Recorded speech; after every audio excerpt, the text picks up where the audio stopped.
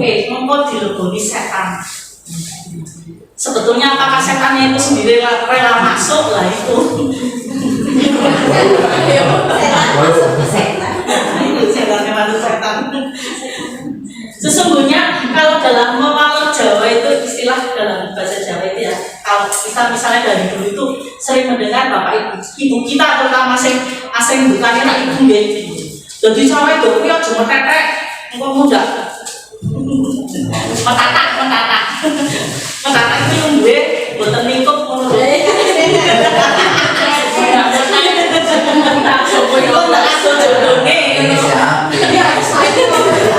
Lagi jadi cewek itu gue jelumbo neng, cuma neng karena lawang, engkau nek lamaran ditolak. Mau ditolak apa orangnya lah itu yang kadang-kadang harus perlu apa ya namanya penyelidikan secara analisis secara ilmiah bagaimana sesungguhnya kalau logikanya angkot nggak ditutupi ya kan misalnya kita di tengah apa di pinggir jalan ya kan kotor banyak debu banyak lalat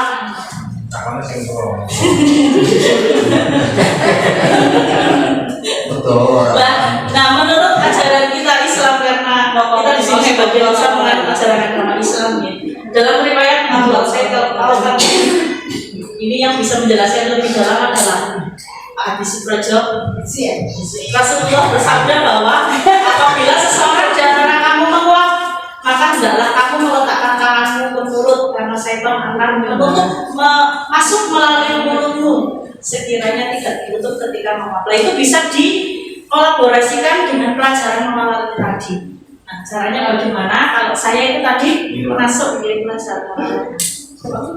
Istilahnya ketika anak melakukan penyimpangan, ya, bukan pelanggaran tapi penyimpangan atas disiplin positif itu sendiri, yaitu tadi kalau saya dulu kan modelnya boyone amat ditutupi toh, gitu ya langsung ditegur. Tapi saya mau ubah polanya gitu, sehingga ya dalam mata pelajaran saya misalnya mau maler, saya memberikan studi kasus ini gitu. Kalau angkot ke pria ada gambar peraga di situ anak bagaimana dan saya diharapkan yang bersangkutan maksudnya anak yang mengangkut tadi diberikan kesempatan untuk presentasi.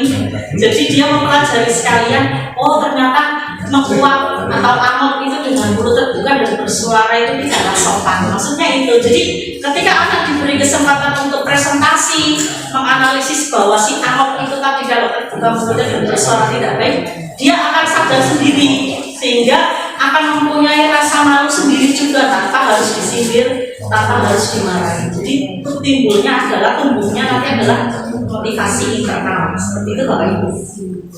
Tadi dikatakan di sini ya, dengan begitu murid akan belajar merubah kebiasaan buruknya menjadi keyakinan positif yang secara sadar serta ikhlas untuk dijalankan dalam kehidupan sehari-hari. Nah, perbedaannya dengan peraturan yang dibentuk oleh sekolah bagaimana?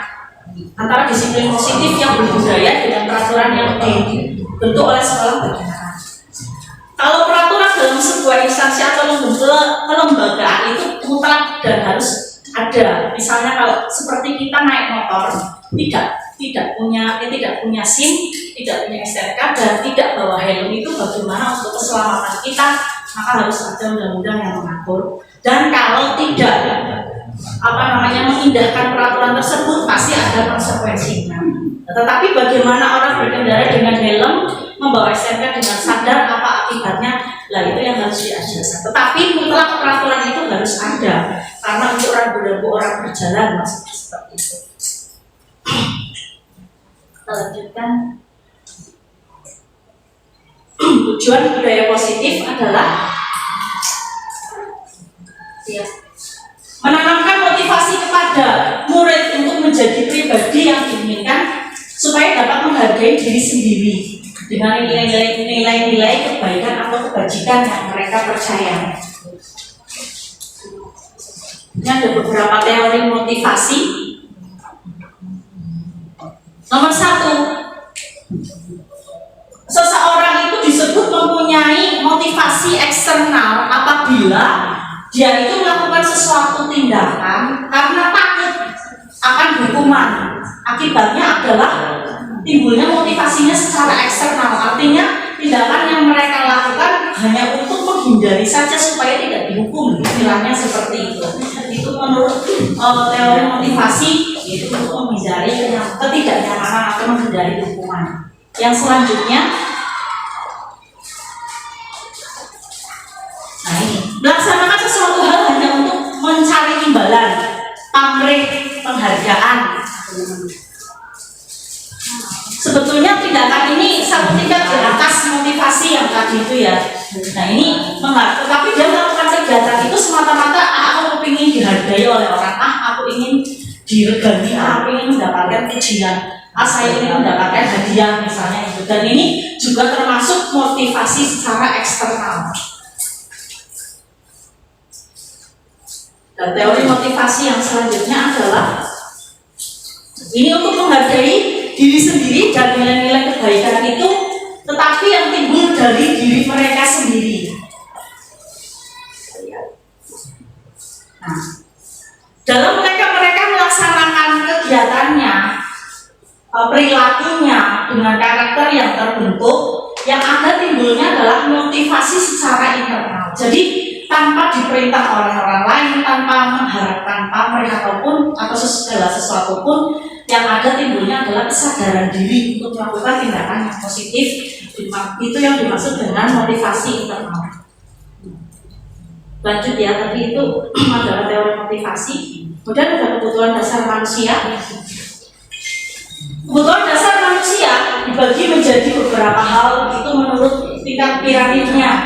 Satu, fisiologis, ada kebutuhan untuk mendapatkan sandang, pangan, tidur. Kemudian satu tingkat di atasnya ada kebutuhan dasar manusia berdasarkan rasa aman, ada keamanan, keteraturan, stabilitas.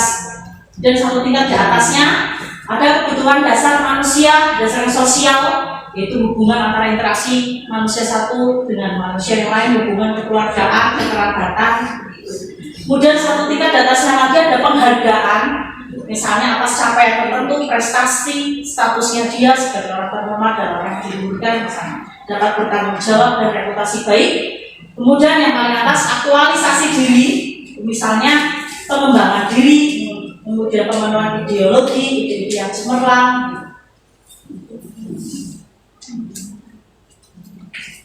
Tadi sudah saya jelaskan ya. Nah, hasil dari kebutuhan dasar manusia tersebut tentunya bila kita mengimplementasikannya kepada anak didik kita ada beberapa hal. Anak telah melakukan kegiatannya, tentu seorang anak pun ingin mendapatkan penghargaan dari gurunya. Ada beberapa cara yang dimaksud untuk memberikan penghargaan atas prestasi yang dilakukan oleh anak itu sendiri. Misalnya, seperti beberapa saat yang lalu dalam kegiatan pramuka, seluruh anak kelas 12 sudah melaksanakan kegiatan pramuka dan mereka diberi tanda bukti berupa penghargaan, piagam penghargaan, misalnya seperti itu. Nah, itu bisa dijadikan contoh. Yang kedua, sebetulnya penghargaan itu sendiri tidak harus dalam bentuk ini ada piagam penghargaan, itu tidak. Misalnya kemarin dalam kegiatan P5 kita memberikan apresiasi seni atas karya yang dihasilkan oleh anak, atas karya yang buat oleh anak dengan adanya unjuk kerja dari kreasi seni itu sendiri. Jadi anak diberikan kesempatan untuk menunjukkan hasil kreasi seninya kepada halayak umum. Yang ketiga, misalnya penghargaan atas partisipasi aktif siswa. Ini yang paling mudah dilaksanakan, misalnya ketika kita melaksanakan diskusi dalam pembelajaran, ya, anak sudah berhasil menyelesaikan hasil diskusinya, sudah selesai presentasi, itu diberi kebijakan ya, kewenangan oleh guru mapel masing-masing. Penghargaan tersebut bisa berupa nilai, bisa berupa pujian, dan lain sebagainya. Nah, itu yang sering kita lakukan di dalam kelas adalah, menurut saya sih ya, yang nomor 3 ya, dan yang nomor 2 otomatis lah. Itu yang sering kita lakukan. Dan tentu penghargaan ini kenapa penting untuk kita sebagai pendidik? Ya karena untuk menghargai siswa kita dalam bentuk penghargaan yang aktual gitu. Jadi bukan hanya ya kamu pandai, ya itu pujian nggak apa-apa, tapi yang lebih aktualnya lagi misalnya anak telah berhasil unjuk kerja dalam suatu materi tertentu, oh ya nanti penghargaannya berupa apa dulu, itu kebijakan dari rumah masing-masing. Kita lanjutkan. Sekarang posisi kontrol kita. Ada beberapa posisi kontrol nih Bapak Ibu. Di sini ada yang sebagai penghukum, misalnya, loh kamu kenapa masuk kelas? Ayo push up 100 kali. Itu posisi penghukum. Membuat orang merasa bersalah. Ya, yang seperti tadi Pak Eko katakan, kita seringkali menyindir anak, misalnya datang gitu atau menguap gitu. Oh, campur temuan, ngobrol lailok gitu, misalnya seperti itu. Sebagai teman, kita merangkul dia ya, dengan hati-hati, kemudian menanyakan, kamu ada masalah apa? Misalnya seperti itu. Berusaha jadi teman yang baik. Memonitor atau memantau, sebetulnya ini tidak melakukan pendampingan yang secara signifikan individual, tetapi kita mengamati, kemudian kita nanti mengadakan konsultasi kepada anak yang bersangkutan. Misalnya, anak yang bermasalah bernama X gitu ya, dan tidak ada perubahan perilaku, kita mengamati, oh berjenjang perilaku perubahannya seperti apa, bisa dilakukan konsultasi. Kemudian sebagai manajer, nah ini yang ditekankan, sebagai manajer bagaimana. Sebelum saya menjelaskan posisi kontrol kita sebagai